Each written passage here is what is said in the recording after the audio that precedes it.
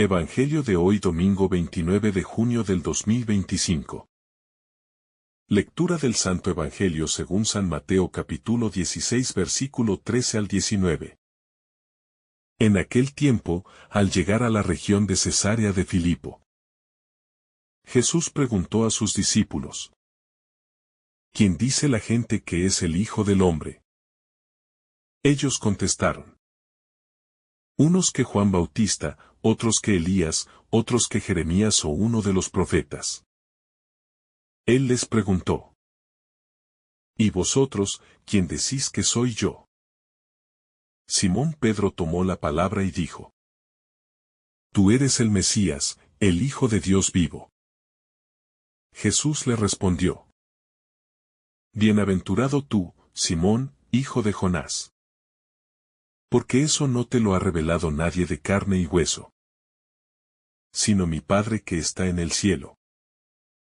Ahora yo te digo: tú eres Pedro, y sobre esta piedra edificaré mi iglesia.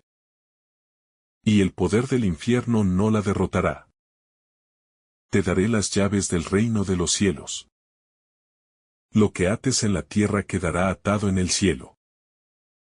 Y lo que desates en la tierra quedará desatado en los cielos. Palabra del Señor. Gloria a ti, Señor Jesús.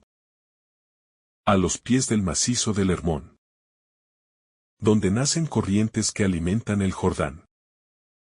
Y se levanta la urbe sincretista de Cesarea de Filipo. Jesús decide proponer una pregunta que rasga el aire con filo profético. No cuestiona tácticas misioneras ni estrategias de crecimiento, sino la comprensión misma de su persona. Sabedor de que toda praxis se desploma si olvida el cimiento de la identidad de aquel a quien sigue. Ese enclave, saturado de altares dedicados a Pan, de esculturas honoríficas al César divinizado y de recuerdo herodiano, actúa como laboratorio cultural, donde late la pluralidad de voces que configuran el imaginario popular.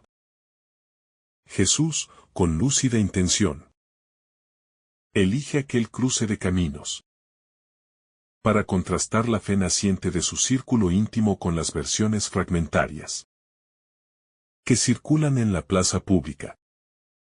El interrogante inicial: ¿quién dice la gente que es el Hijo del Hombre? No persigue un sondeo superficial. Es un espejo donde los discípulos pueden ver reflejada la confusión de un pueblo que, huérfano de pastores genuinos, intenta clasificar lo nuevo con categorías heredadas. Elías, Jeremías, Juan Bautista, arquetipos gloriosos que, sin embargo, resultan insuficientes para captar la densidad única de Jesús. Cada nombre mencionado exhibe una nostalgia. Elías recuerda la defensa ardiente de la alianza. Jeremías evoca el llanto sobre un templo corrupto. Juan Bautista simboliza la denuncia frontal contra los poderes espurios. El pueblo anhela redención, pero su mirada aún no logra emanciparse de la lógica de retorno al pasado. Incapaz de vislumbrar la novedad radical encarnada en aquel Galileo itinerante. Con el inesperado viraje: ¿y ustedes? ¿Quién dicen que soy yo? El maestro desindividualiza la pesquisa. Convoca a una confesión coral y, a la vez, tremendamente personal. Invita a la comunidad a desprenderse de la coartada sociológica, para comprometerse en primera persona. Pues la fe no florece apoyada en la muleta de la estadística, sino en la decisión consciente de pronunciar un nombre con toda la vida. Simón, movido por un impulso que excede la sagacidad humana, declara: Tú eres el Cristo, el Hijo del Dios viviente.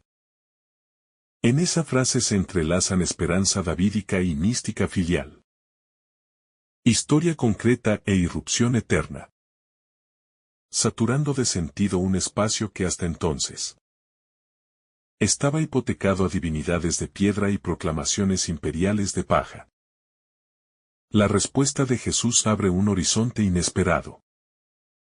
Llama dichoso a aquel pescador galileo. No por mérito intelectual ni por veteranía apostólica, sino por haber acogido un destello de la revelación paterna. La bienaventuranza, así, se revela como gozo regalado. Anticipo de la felicidad definitiva que se ofrece a quienes dejan que el Verbo ilumine su mente y queme su corazón. Tras la bienaventuranza, resuena la proclamación identitaria que metamorfosea al discípulo. Tú eres Pedro. Una designación que modula el pasado y proyecta el futuro. El humilde Simón, hijo de Jonás, es incrustado en la historia de la salvación como piedra primera de un edificio vivo, sustentado no en la infalibilidad humana sino en la palabra creadora que llama las cosas a la existencia. La metáfora pétrea no se agota en la solidez. Evoca montaña que resiste vientos y aguaceros, pero también roca que, cuando es golpeada, mana agua capaz de calmar la sed del pueblo. Pedro, por tanto, es invitado a ser firme y a la vez fuente, custodio y servidor, recordando que toda autoridad eclesial debe ser simultáneamente pared de contención y manantial de consuelo. Edificaré mi iglesia, abre la perspectiva de una obra en proceso, dinámica, nunca concluida hasta la plenitud escatológica. Aquí late la tensión entre la seguridad del fundamento y el vértigo del crecimiento. De modo que cada generación está llamada a colocar sus propias piedras. Testimonio, creatividad, servicio sobre el cimiento inamovible del querigma petrino. Cuando Jesús asegura que las puertas del Hades no prevalecerán, inaugura una esperanza militante, no promete inmunidad a las tormentas. Pero sí la imposibilidad de que la muerte cancele el proyecto de comunión. La Iglesia se concibe, así, como campamento itinerante que avanza sobre territorios donde rondan sombras, empuñando la luz de quien ha vencido el sepulcro. Las llaves entregadas a Pedro simbolizan la mayordomía de una casa, que pertenece en su totalidad al Señor. No son trofeo para vanagloria ni arma para exclusiones arbitrarias, sino signo de confianza delegada. Invitación a abrir y cerrar en sintonía con el corazón del pastor, que vino a buscar y salvar lo perdido. Atar y desatar, allá en el Midrash rabínico, equivalía a interpretar la ley en clave concreta. Jesús, al traspasar esa potestad a Pedro, señala que la comunidad necesitará un discernimiento vivo, que no se permita fosilizar la buena noticia en reglamentos ajenos al pulso del espíritu. Conviene advertir que toda esta escena acontece por el camino, no en el cenáculo protegido. La revelación mira al exterior, expone al viento de las discrepancias, manifestando que la verdad cristiana se verifica en el polvo de la marcha, no en la quietud de las vitrinas doctrinales. Cesarea ostentaba un santuario de culto imperial donde se afirmaba: no hay otro nombre bajo el cielo salvo el de César para obtener salvación. Pedro, proclamando la mesianidad de Jesús, dinamita esa propaganda, anticipando el martirio de generaciones futuras que, ante tribunales, preferirán la roca de Cristo al mármol de los palacios terrenales. El contraste entre la carne y sangre y la iniciativa del Padre atestigua el primado de la gracia. La fe nace de lo alto, pero no desemboca en pasividad. Exige que la libertad humana acoja, articule y difunda la palabra que le ha sido confiada, integrando don y tarea en una sinfonía indivisible. La dialéctica entre fragilidad y elección confiere a toda vocación cristiana una hermosura paradójica. Pedro, que pronto saboreará la amargura de la negación. Enseñará que la roca se engrandece, no cuando presume, sino cuando se deja restaurar por la mirada misericordiosa del resucitado. En el texto, Jesús utiliza el futuro. Edificaré, daré, prevalecerá. Su promesa rebasa el horizonte inmediato y se adentra en los siglos. De manera que cualquier crisis histórica debe leerse a la luz de ese verbo proyectivo, que asegura continuidad más allá de los derrumbes aparentes. La región pagana recuerda que la Iglesia nacerá abierta de par en par a la gentilidad. La roca judía albergará, sobre sí, la diversidad cultural de los pueblos, mostrando que la identidad cristiana no uniforma, sino que orquesta pluralidades bajo el compás del mismo Espíritu. El Padre, el Hijo y el Espíritu se insinúan como actores de la escena. El Padre revela, el Hijo proclama. El Espíritu, aunque no nombrado, se intuye como soplo que impulsa la confesión. Así, la eclesiología de Mateo se teje en clave trinitaria, recordándonos que la Iglesia vive por la sobreabundancia de la comunión divina. Pedro escucha su nuevo nombre mientras los compañeros callan. No por desinterés, sino porque la gracia personificada en uno los beneficia a todos. Este acontecimiento inaugura la lógica de los carismas, donde el don a un miembro se convierte en servicio para el conjunto, evitando celos infructuosos. El pasaje, lejos de alimentar pirámides de poder, funda un ministerio que se inclinará a lavar pies en la última cena. La roca más estable será la que se deje horadar por la humildad, de modo que la firmeza no derive en dureza y la seguridad no degene en autoritarismo. Tú eres Cristo, se convierte en piedra angular de la catequesis primitiva. Cada comunidad que desee llamarse cristiana deberá pronunciar esa confesión en liturgia, en ética y en cultura. Todo programa pastoral que omita el señorío de Jesús acabará construyendo sobre arena movediza. Que Jesús pregunte muestra su pedagogía dialógica. No inocula dogmas sin antes suscitar la demanda interior. La nueva evangelización, por tanto, habrá de recuperar la pregunta como método, asumiendo riesgos de silencio y de procesos, sin contentarse con repetir eslóganes prefabricados. El título, Hijo de Dios viviente, contrasta con los ídolos muertos de la ciudad. La vivificación como nota característica del Dios bíblico implica que la Iglesia, cimentada en Cristo, ha de irradiar vitalidad, promover la cultura de la vida y oponerse a toda estructura que administre la muerte. La mutación de Simón en Pedro evoca otras transformaciones bíblicas. Abraham a Abraham, Sarai a Sara, Jacob a Israel. Cada cambio de nombre anticipa el barro moldeado de nuevo, subrayando que la vocación no parchea identidades, sino que las recrea a partir de la música que Dios escribe en el interior. El escenario montañoso alude al Sinaí, al Carmelo, al Tabor, lugares donde Dios se revela y firma pactos.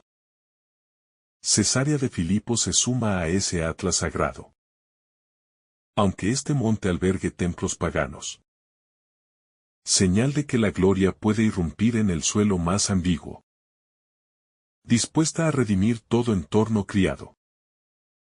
La promesa de invulnerabilidad se dirige a la Iglesia toda, pero se actualiza localmente cuando comunidades pequeñas, perseguidas o empobrecidas, se aferran al testimonio de Pedro para perseverar. Así, la palabra de Cristo es red de sostén global y, a la vez, consolación puntual. Las llaves evocan la Pascua. La piedra quitada del sepulcro es la llave definitiva que desatranca la noche.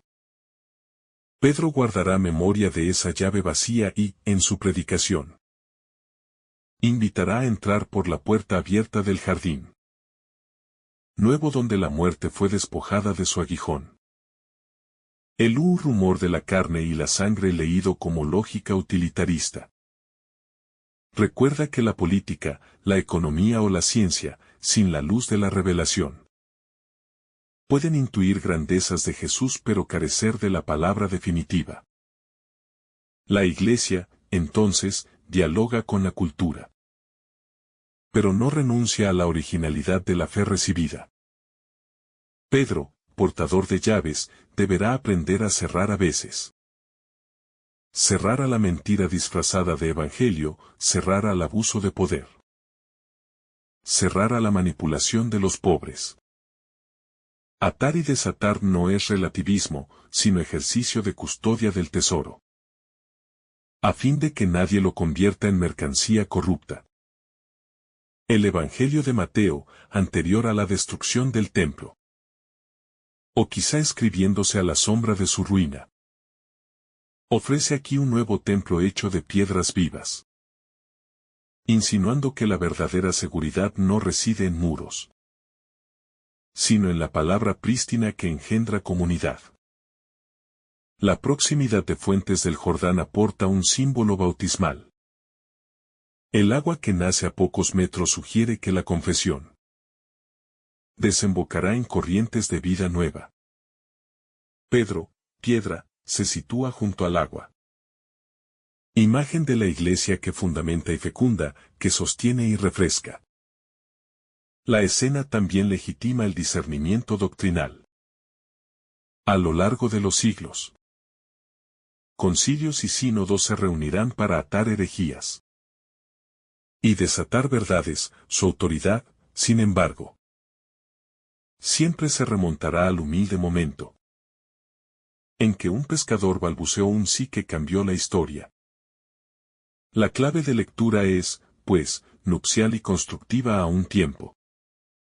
La iglesia se edifica con la ternura de una novia y la robustez de un edificio. La belleza de una no anula la resistencia del otro, componiendo un imaginario en el que la fortaleza se reviste de encanto y la dulzura se asienta sobre base firme. Pedro no deja de ser hijo de Jonás.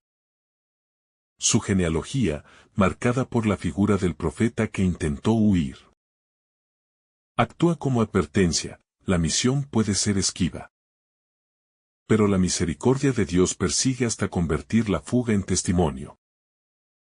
Así, cada biografía de fracaso se vuelve potencial antorcha evangelizadora. Jesús no entrega a Pedro una espada, sino llaves. Su poder no es de coerción, sino de acceso. El lenguaje carcelario se subvierte, aquí la autoridad no encierra, abre. No condena, libera, no sofoca, ventila. Rasgo que invita a toda estructura eclesial a examinar si opera más como cárcel o como hogar. La perícopa, al situarse en la mitad del Evangelio, funciona como bisagra narrativa. Desde la identidad revelada se iniciará la subida a Jerusalén. Del mismo modo, todo creyente, tras reconocer a Cristo como Mesías, debe emprender el seguimiento cruciforme que desemboca en la gloria. El verbo futuro daré subraya que la misión se recibe en continua actualización. No bastará el entusiasmo inicial, habrá Pentecostés. Habrá corrección fraterna, habrá traiciones y reenvíos. La vocación se renueva en la historia como río que jamás repite la forma de sus meandros. El monte, coronado de templos paganos roídos por la intemperie, prefigura la caducidad de los poderes que hoy parecen eternos. La roca de Cristo, en cambio, permanece, invitando a situar esperanzas profundas, más allá de proyectos ideológicos que el viento del tiempo reduce a polvo. Cada Eucaristía actualiza la escena, la liturgia de la palabra formula la pregunta. Y el pueblo responde en el credo. La liturgia eucarística confía las llaves del cuerpo entregado a ministros frágiles que, como Pedro, repiten: Señor, tú lo sabes todo. Tú sabes que te amo, antes de distribuir el pan a hermanos hambrientos. Finalmente, el texto refulge como llamado personal a la coherencia. Confesar a Jesús exige convertir la roca en fundamento de la vida entera. Economía, afectos, tiempo libre. Pues quien se edifica sobre esa firmeza podrá resistir terremotos sin perder la canción y, como Pedro, se volverá referencia para otros navegantes que anhelan un faro en la noche tumultuosa de la historia. Si esta reflexión te ha gustado, recuerda dar like, dejarnos tu intención en los comentarios y activar la campana de notificaciones para que todos los días recibas estos mensajes. Te saluda tu hermano Francis deseándote un día lleno de bendiciones.